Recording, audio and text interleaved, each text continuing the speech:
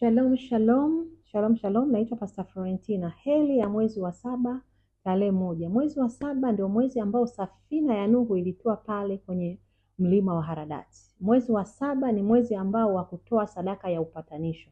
Nikiwa nimebeba kabisa huduma ya upatanisho, na mimi nakukumbusha kwamba ni mwezi wa kutoa sadaka ya kupatana na Mungu wako. Ukisoma katika Hesabu 29 tu yote unaweza ukaona pale kuanzia mstari wa kwanza unaweza ukaona kwamba watu walimshukuru Mungu. Ukisoma kuanzia mstari ukafika mstari wa 7 utaona watu walipeleka sadaka za upatanisho ili nafsi yako na mwili wako na roho yako ipatane na Bwana. Haleluya.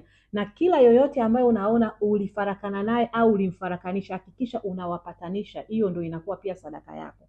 Usione aibu kushuka na kupatanisha kitu ambacho ulikiharibu. Haleluya. Hivyo Mungu akubariki sana katika mwezi wa 7. Upatane na watu, wapatanishe watu, ujipatanishe wewe na Mungu wako. Haleluya. Na Mungu naye ataenda kutokea kwa namna tofauti sana na atakuonekania, kwa sababu heri wapatanishi, maana hao ndio wana wa Mungu. Hivyo Mungu akubariki sana katika mwezi wa 7. Ukae vizuri na Bwana. Haleluya.